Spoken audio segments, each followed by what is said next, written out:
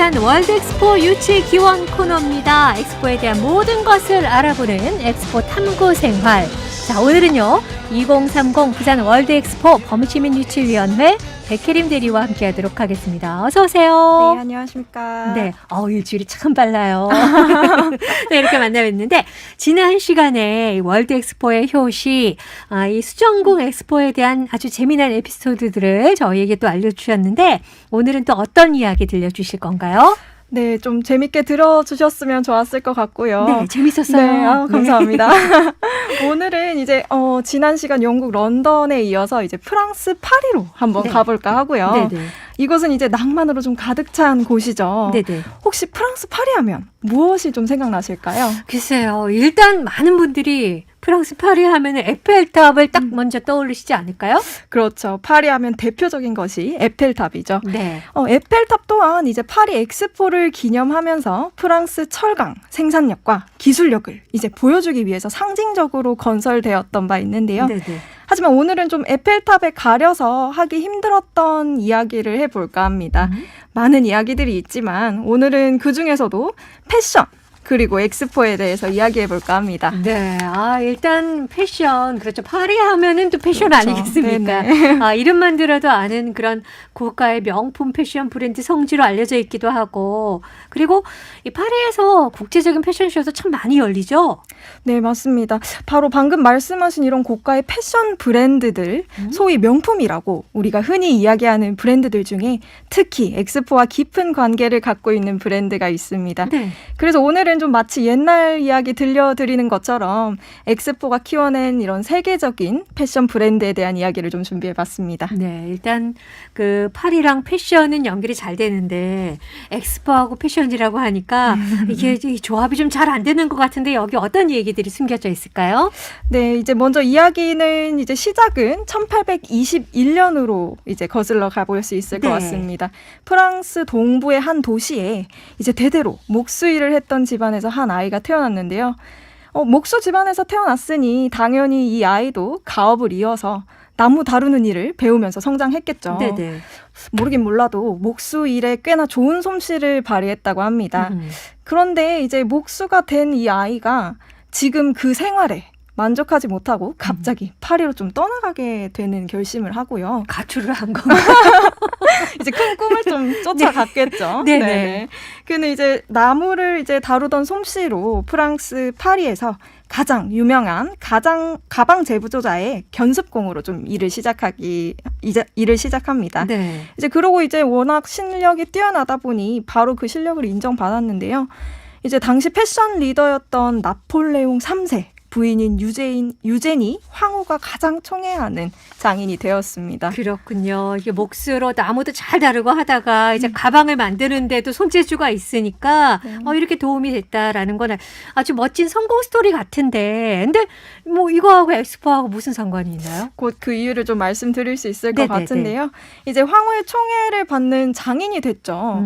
그는 이제 받았던 총애만큼이나 그에 맞는 실력을 갖고 있었습니다.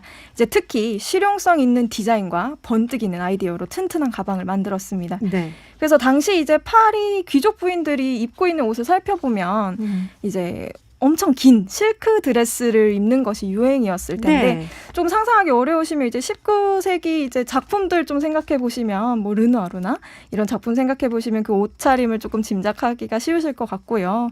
그래서 그렇게 여행을 다닐 때 이런 수십 개의 드레스를 마차나 기차에 싣고 다녔겠죠. 그렇죠. 네네. 그런 이제 옷가방이 가죽이나 나무 상자로 만들어졌었는데 그렇다 보니 옷이 손상되는 일이 좀 많았다고 합니다. 네네. 그렇군요. 뭐 귀족 부인들이야 그냥 이렇게 걸어가면 되지만 그렇죠. 뒤에서 그거를 다 들고 가야 되고 하는 그런 분들은 얼마나 힘들었을까. 또 옷 손상됐다고 얼마나 야단도 많이 맞았을까. 그렇죠. 왠지 그런데 그 뒷얘기를 알 수 있을 것 같은 것이 그럼 그 청년이 그걸 좀 개선한 어떤 뭐 가방을 만들어내지 않았을까 하는 생각이 들어요. 네, 바로 맞추셨는데요. 이래서 이 청년이 이제 물이나 충격에 이제 취약한 기존 재료들 대신에 이제 방수 가공 캠퍼스 천을 이용해서 가방을 만들었죠. 네네. 이제 직사각형 모양의 트렁크를 개발했는데 이 트렁크가 기차의 증기로부터 내용물도 보호해주고 그렇다 보니까 그는 이제 최고의 가방 제작자로 이제 이름을 알리게 됩니다. 네네. 온 파리에 이제 왕족, 귀족, 유명 인사들이 모두 그의 가방을 찾기 시작하죠. 그리고 그 인기에 힘입어서 1867년 파리 엑스포, 여기서 엑스포가 등장합니다. 네.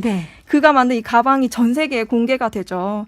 총 52,200여 가지가 그때 당시에 출품됐었는데요. 네네. 그 출품작들 중에서 동메달을 수상하는 영예를 안았습니다. 네. 그렇게 이제 엑스포를 통해서 세계인들에게 성공적인 데뷔를 했죠. 그 이후 이제 22년 뒤에는 1889년 파리 엑스포에서 이제 조금 더 커다란 수납용 서랍과 옷걸이까지 네. 이제 뭐 살아있는 옷장이라고 생각하면 될 것 같아요. 네네. 그런 트렁크를 개발해서 이제 금메달을 수상하게 됩니다. 이제 이 수상으로 온 세상에 그가 만든 브랜드를 각인시키게 됩니다. 네. 이제 어떤 브랜드인지 좀 다들 궁금해하실 것 같아요. 네네. 이- 지금 우리 그 2573님께서도 문자로 네네. 피에르 땡땡땡 이렇게 보내주셨는데 맞나요? 아쉽게도 이제 이 청년 이름 말씀드리면 아실 수 있을 것 같은데 이 청년 이름이 바로 루이비통이었습니다. 땡 틀리셨어요.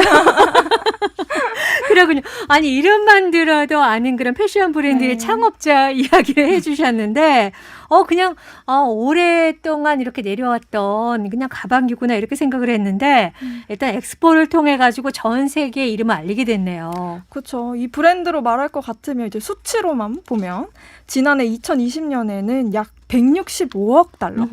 우리나라 돈으로 하면 한 18조 5천억 원이 된대요. 네. 이런 이제 세계적으로 매출을 올리면서 이제 이 명품 브랜드 중에서는 3위에 세계 3위의 매출을 기록했다고 하죠. 이렇게 하나의 작은 가방 브랜드에서 이제 엑스포를 통해서 이제 현재 전 세계를 모두 제패하는 이런 브랜드가 되었다고 보시면 되겠습니다. 네, 그렇군요. 네네. 이야, 정말 대단하네요.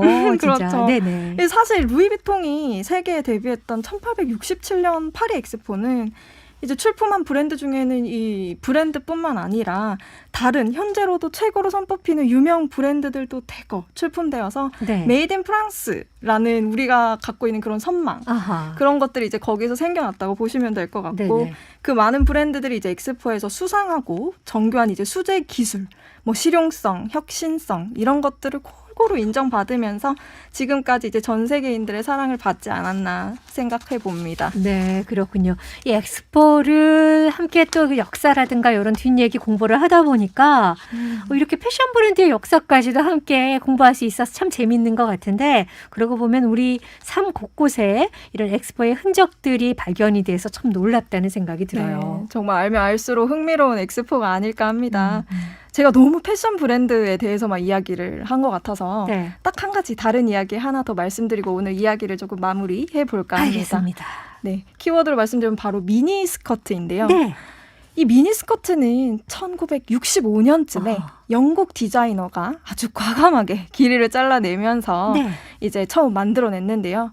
이 미니 스커트는 1967년 몬트리올, 미국, 캐나다로 넘어가죠. 네. 엑스포에서 영국 전시관에서 여성 안내 요원이 아하. 유니폼으로 입어서 활용을 하게 됩니다. 네. 이 모습이 당시에 이제 텔레비전을 통해 온 세상에 송출되었고요.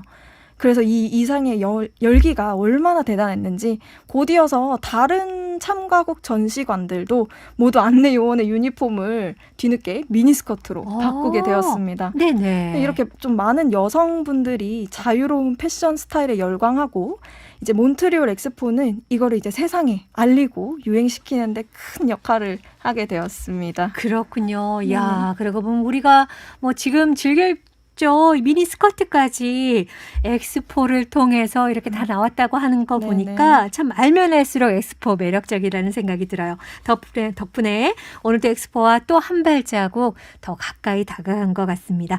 오늘도 정말 재밌는 얘기 감사드리고요. 다음 시간에 또 흥미로운 이야기 기대하도록 하겠습니다. 네. 감사합니다. 감사합니다. 네, 자, 지금까지 엑스포 탐구생활 2030 부산 월드엑스포 범시민유치위원회 백혜림 대리와 함께했습니다.